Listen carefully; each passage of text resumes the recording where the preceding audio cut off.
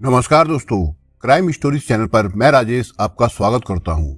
दोस्तों, आज मैं आपको अपराध की जिस वारदात के बारे में बताने जा रहा हूं, वो वारदात नागपुर, महाराष्ट्र में हुई थी। तो चलिए दोस्तों, जानते हैं इस वारदात के बारे में।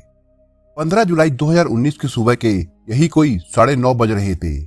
महाराष्ट्र की शीतकालीन राजधानी नागपुर के ग्रामीण इलाके के सावली गांव की पुलिस चौकीदार ज्योति कोसरकर अपने घर पर बैठी थी।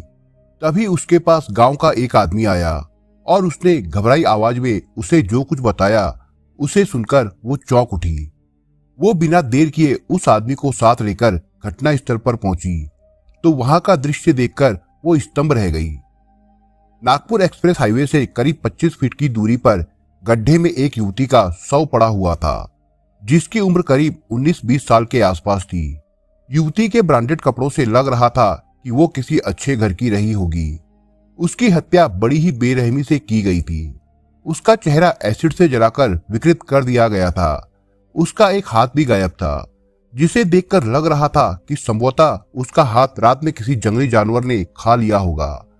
घटना स्थल को देखकर यह बात साफ हो गई थी कि उस युवती की हत्या कहीं और की गई थी। पुलिस चौकीदार ज्योति कोसरकर शव को देख ही रही थी कि वहां आसपास के गांव के काफी लोग एकत्र हो गए। ज्योति कोसरकर ने वहां मौजूद लोगों से उस युवती के बारे में पूछा तो कोई भी शव को पहचान नहीं सका।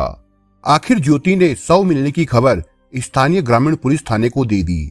सूचना मिलने पर ग्रामीण पुलिस थाने के इंस्पेक्टर सुरेश मधामी घटना स्थल पर पहुंच गए। वहां पहुंचकर उन्होंने पुलिस चौकीदार ज्योति से शव की जानकारी ली और शव के निरीक्षण में जुट गए। उन्होंने ये सूचना अपने उच्च अधिकारियों को भी दे दी। वो युवती कौन और कहां की रहने वाली थी, ये बात वहां मौजूद लोगों से पता नहीं लग सकी। टीआई सुरेश मौका मुआयना कर ही रहे थे कि SP Rakesh Ola, DCP Monika Raut, ACP Sanjay Jogdand भी मौका वारदात पर आ गए। फॉरेंसिक टीम भी वहां आ गई थी। कुछ देर बाद क्राइम ब्रांच की टीम भी वहां पहुंच गई। जांच टीमों ने मौके से सबूत जुटाए। वरिष्ठ अधिकारियों के जाने के बाद टीआई सुरेश और क्राइम ब्रांच के इंस्पेक्टर अनिल इस नतीजे पर पहुंचे कि हत्यारे ने अपनी और उस युवती की शिनाख्त छिपाने की पूरी कोशिश की है। जिस तरह उस युवती की हत्या की गई थी, उसमें प्यार का एंगल नजर आ रहा था। हत्यारा युवती से काफी नाराज था। शव देखकर यह बात साफ हो गई कि युवती शहर की रहने वाली थी। मौके की जरूरी कार्रवाई निपटाने के बाद पुलिस ने युवती का शव पोस्टमार्टम के लिए जिला अस्पताल भेज दिया। इसके साथ ही थाना पुलिस और क्राइम ब्रांच इस केस की जांच में जुट गई। पुलिस के सामने सबसे बड़ी समस्या ये थी कि वो अपनी जांच कहां से शुरू करे, क्योंकि जांच के नाम पर उसके पास कुछ भी नहीं था। केवल युवती के बाएं हाथ पर लव बर्ड और सीने पर क्वीन के टैटू के अलावा कोई पहचान नहीं थी। फिर भी पुलिस ने हार नहीं मानी। पुलिस ने मृतक युवती की शिनाख्त के लिए जब सोशल मीडिया का सहारा लिया तो बहुत जल्द सफलता मिल गई। इसमें न सिर्फ मृतका की शिनाख्त हुई, बल्कि 10 घंटों के अंदर ही क्राइम ब्रांच ने अपने अथक प्रयासों के बाद मामले को सुलझा भी लिया। पुलिस ने जब मृतका की फोटो सोशल मीडिया पर डाली तो वो जल्द ही वायरल हो गई। 1 से 2, 2 से 3 ग्रुपों से होते हुए मृत युवती का फोटो जब फुटला तालाब परिसर में स्थित एक पान की दुकान पर पहुंचा तो दुकानदार ने फोटो पहचान लिया। फोटो उभरती हुई मॉडल खुशी का था। पान वाले ने खुशी को कई बार एक स्मार्ट युवक के साथ घूमते और धरेरा होटल में आते जाते देखा था। ये जानकारी जब क्राइम ब्रांच के इंस्पेक्टर अनिल को मिली तो वो और ज्यादा सक्रिय हो गए। उन्होंने उस युवती की सारी जानकारी कुछ ही समय में इकट्ठा कर ली। उन्होंने खुशी के इंस्टाग्राम को खंगाला तो ठीक वैसा ही टैटू खुशी के हाथ और सीने पर मिल गया, जैसा कि मृत युवती के शरीर पर था। इससे यह साबित हो गया कि वो शव खुशी का ही था। क्राइम ब्रांच के अधिकारियों को खुशी के इंस्टाग्राम प्रोफाइल में उसका पूरा नाम और उसके बारे में जानकारी मिल गई। उसका पूरा नाम खुशी परिहार था।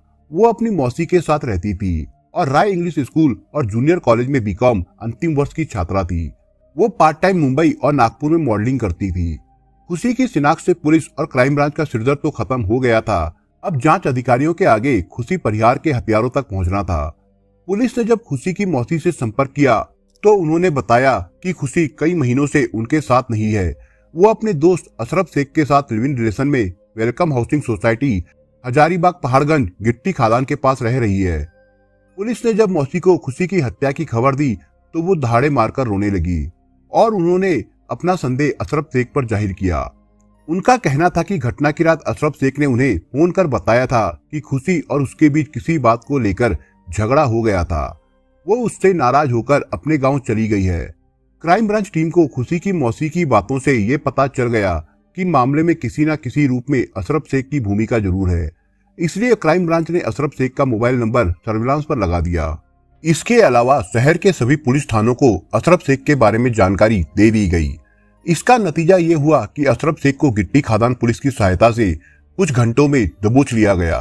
अशरफ शेख को जब क्राइम ब्रांच ऑफिस में लाकर उससे पूछताछ की गई तो वो जांच अधिकारियों को भी गुमराह करने की कोशिश करने लगा। लेकिन क्राइम ब्रांच ने जब सख्ती की तो वो फूट फूट कर रोने लगा और अपना गुनाह स्वीकार करके मॉडल खुशी परिहार की हत्या करने की बात उसने मान ली। उसने मर्डर मिस्ट्री की जो कहानी बताई उसकी पृष्ठभूमि कुछ इस प्रकार से थी। 21 साल का अशरफ शेख नागपुर के आईबीएम रोड गिट्टी खादान इलाके का रहने वाला था। उसका पिता अफसर शेख ड्रग तस्कर था। अभी हाल ही में उसे नागपुर पुलिस ने करीब 400 किलोग्राम गांजे के साथ गिरफ्तार किया था। अशरफ शेख उसका सबसे छोटा बेटा था। बेटा नशे के धंधे में ना पड़े इसलिए अफसर ने उसे गिट्टी खादान में एक बड़ा सा हेयर कटिंग सैलून खुलवा कर दिया था। लेकिन उस हेयर कटिंग सैलून में अशरफ शेख का मन नहीं लगता था। वो शानो शौकत के साथ आवारागर्दी करता था। खूबसूरत लड़कियां उसकी कमजोरी थी। अपने सभी भाइयों में सुंदर अशरफ रंगीन मिजाज युवक था। यही कारण था कि अपने दोस्तों की मार्फत वो शहर की महंगी पार्टियों में और फैशन शो वगैरह में जाने लगा था। इसी के चलते उसकी कई मॉडल लड़कियों से दोस्ती हो गई थी। एक फैशन शो में जब उसने खुशी को देखा तो वो उसका दीवाना हो गया। खुशी से और ज्यादा नजदीकियां बनाने के लिए वो उसकी हर पार्टी और फैशन शो में जाने लगा था। 19 साल की खुशी परिहार मध्य प्रदेश के जिला सतना के एक गांव की रहने वाली थी। उसके पिता जगदीश परिहार सर्विस करते थे। वो खुशी को एक अच्छी शिक्षिका बनाना चाहते थे, लेकिन खुशी तो कुछ और ही बनना चाहती थी। खुशी जितनी खूबसूरत और चंचल थी उतनी ही महत्वाकांक्षी भी। वो बचपन से ही टीवी सीरियल्स, फिल्म और मॉडलिंग की दीवानी थी। वो जब भी किसी मैगजीन और टीवी पर किसी मॉडल अभिनेत्री को देखती तो उसकी आंखों में भी वैसी ही सतरंगी सपने नाचने लगते थे। पढ़ाई लिखाई में तेज होने के कारण परिवार खुशी को प्यार तो करता था, लेकिन उसके अरमानों को देख सुनकर घर वाले डर जाते थे, क्योंकि उनमें बेटी को वहां तक पहुंचाने की ताकत नहीं थी। ये बड़े शहर में रहकर ही संभव हो सकता था। गांव के स्कूल से खुशी ने कई बार ब्यूटी क्वीन का अवार्ड अपने नाम किया था, लेकिन उसकी चमक गांव तक ही सीमित थी। खुशी बचपन से ही अपनी मौसी के काफी करीब थी। उसकी मौसी नागपुर में रहती थी। वो भी खुशी के शौक से अनजान नहीं थी। उन्होंने खुशी को आगे बढ़ने की प्रेरणा दी और 10वीं पास करने के बाद उसे अपने पास नागपुर बुला लिया। नागपुर आकर जब उसने अपना पोर्टफोलियो विज्ञापन एजेंसियों को भेजा तो उसे इवन फैशन शो कंपनी में जॉब मिल गई। जॉब मिलने के बाद खुशी ने अपने आगे की पढ़ाई भी शुरू कर दी। उसने नागपुर के जाने माने स्कूल में एडमिशन ले लिया। अब खुशी अपनी पढ़ाई के साथ साथ पार्ट टाइम विज्ञापन कंपनियों और फैशन शो के लिए काम करने लगी। धीरे धीरे खुशी की पहचान बननी शुरू हुई तो उसके परिचय का दायरा भी बढ़ने लगा। फैशन और मॉडलिंग जगत में उसके चर्चे होने लगे। धीरे धीरे सोशल मीडिया पर उसके हजारों फैंस भी बन गए थे। खुशी भी उनका दिल रखने के लिए उनका मैसेज पढ़ती थी और अपने हिसाब से उन्हें जवाब देती थी। वो अपने नए नए पोजों के फोटो सोशल मीडिया पर शेयर करती रहती थी। इस तरह नागपुर आए उसे 3 साल गुजर गए। अब उसका बीकॉम का अंतिम वर्ष था। अपनी पढ़ाई पूरी करने के बाद वो पूरी तरह मॉडलिंग और टीवी की दुनिया में उतरती। इसके पहले ही उसकी जिंदगी में मंचले अशरफ शेख की एंट्री हो गई। अपने प्रति अशरफ शेख की दीवानगी देखकर खुशी भी धीरे धीरे उसके करीब आ गई। कुछ ही दिनों में दोनों का प्यार परवान चढ़ने लगा। अशरफ शेख दिल खोलकर खुशी पर पैसा बहा रहा था। वो उसकी हर जरूरत पूरी करता था। अशरफ शेख और खुशी की दोस्ती की खबर जब खुशी के परिवार वालों और मौसी तक पहुंची तो उन्होंने उसे आड़े हाथों लिया। उन्होंने उसे समझाया भी। चूंकि अशरफ दूसरे धर्म का था इसलिए उसे समाज और रिश्तों के विषय में भी बताया, लेकिन तब तक काफी देर हो चुकी थी। खुशी अशरफ शेख के प्यार में गले तक डूब चुकी थी।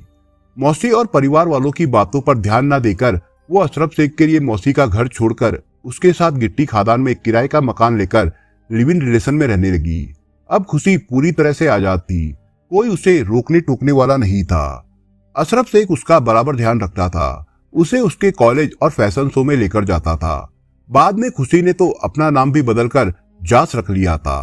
प्यार का एहसास दिलाने के लिए उसने हाथ और दिल पर टैटू भी बनवा लिए थे। खुशी अशरफ शेख के साथ खुश थी। वो मॉडलिंग के क्षेत्र में अपना दायरा बढ़ाने में लगी थी। उसका सपना था कि वो सुपर मॉडल बने, जिससे देश भर में उसका नाम हो। लेकिन अशरफ शेख ने जब से खुशी के साथ निकाह करने का फैसला किया था, तब से दोनों के बीच तकरार बढ़ गई थी। इसकी वजह यह थी कि अशरफ नहीं चाहता था कि खुशी बाहरी लोगों से मिले और देर रात तक घर से बाहर रहे। वो अब खुशी के हर फैसले में अपनी टांग अड़ाने लगा था। वो चाहता था कि खुशी अब मॉडलिंग वगैरह का चक्कर छोड़े और सारा दिन उसके साथ रहे और मौज मस्ती करे। लेकिन खुशी को यह सब मंजूर नहीं था। उसका कहना था कि उसने जो सपना बचपन से देखा है, उसे वो हर हाल में पूरा करना है। मॉडलिंग की दुनिया में वो अपने आप को आकाश में देखना चाहती थी, जो अशरफ को गवारा नहीं था। इसी सब को लेकर अब खुशी और अशरफ के बीच दूरियां बढ़ने लगी थी। दोनों में अक्सर तकरार और छोटे मोटे झगड़े भी होने लगे थे। अशरफ को यकीन हो गया था कि खुशी अपने इरादों से पीछे हटने वाली नहीं है। अब तक वो खुशी पर बहुत रुपए खर्च कर चुका था और खुशी उसका एहसान मानने को तैयार नहीं थी। खुशी का मानना था कि प्यार में पैसों का कोई मूल्य नहीं होता। ये बात अशरफ को चुभ गई थी। उसने अपने 5 महीनों के प्यार और दोस्ती को ताक पर रख दिया और घटना के 2 दिन पहले 12 जुलाई 2019 को अपनी कार से खुशी को लेकर एक लंबी ड्राइव पर निकल गया। दोनों नागपुर शहर से काफी दूर ग्रामीण इलाके में आ गए थे। कुछ समय वो हाईवे पर यूं ही कार दौड़ाता रहा। फिर दोनों ने सांवली गांव के करीब स्थित कमलेश्वर इलाके के शर्मा ढाबे पर खाना खाया और जमकर शराब पी। तब तक रात के 10 बज चुके थे। इलाका सुनसान हो गया था। कार में बैठने के बाद अशरफ शेख ने अपना वही पुराना राग छेड़ दिया, जिससे खुशी नाराज हो गई। खुशी पर भी नशा चढ़ गया था। उसका कहना था कि वो आजाद थी और आजाद रहेगी। वो जिस पेशे में है उसमें उसे हजारों लोगों से मिलना जुलना पड़ता है। उनका कहना मानना पड़ता है। अगर तुम्हें मुझसे कोई तकलीफ है तो तुम मुझसे ब्रेकअप कर सकते हो। मुझे लगता है कि अब तुम्हारा मन मुझसे भर गया है और तुम किसी और की तलाश में हो। अशरफ बोला, ये तुम्हारा सिरदर्द है, मेरा नहीं। मैं जैसी पहले थी अब भी वैसी ही रहूंगी। खुशी ने कहा तो दोनों की कहा सुनी मारपीट तक पहुंच गई। उसी समय अशरफ अपना आपा खो बैठा और कार के अंदर ही खुशी के सिर पर मारकर उसे बेहोश कर दिया। खुशी के बेहोश होने के बाद अशरफ इतना डर गया कि वो अपनी कार सावरी गांव के इलाके में एक सुनसान जगह पर ले गया और उसने खुशी को हाईवे किनारे जला दिया। इसके बाद अपनी और खुशी की पहचान छिपाने के लिए उसने कार के अंदर से टायर बदलने का जैक निकाला और उसका चेहरा विकृत कर दिया और उसके ऊपर बैटरी का एसिड भी डाल दिया। खुशी का शव ठिकाने लगाने के बाद उसने खुशी का मोबाइल अपने पास रख लिया, जिसे क्राइम टीम ने बरामद कर लिया था। इसके बाद वो आराम से अपने घर चला गया और खुशी की मौसी को फोन पर बताया कि उसका और खुशी का झगड़ा हो गया है और वो अपने गांव चली गई है। उसका मानना था कि 2-4 दिनों में खुशी के शव को जानवर खा जाएंगे और मामला रफा दफा हो जाएगा। लेकिन ये उसकी सबसे बड़ी भूल थी। वो क्राइम ब्रांच के इंस्पेक्टर अनिल के हत्थे चढ़ गया था। क्राइम ब्रांच के अधिकारियों ने अशरफ से विस्तार से पूछताछ करने के बाद उसे केरवत ग्रामीण पुलिस थाने के इंस्पेक्टर सुरेश को सौंप दिया। पुलिस की सारी औपचारिकताएं पूरी हो जाने के बाद उसे कोर्ट में पेश किया गया, जहां से उसे जेल भेज दिया गया था। दोस्तों, आप अगर चैनल पर नए हो तो आप चैनल को सब्सक्राइब करने के साथ कमेंट बॉक्स में इस कहानी के बारे में अपने विचार जरूर लिखिएगा। मिलता हूं एक नई कहानी के साथ, तब तक के लिए अपना ख्याल रखिएगा। धन्यवाद।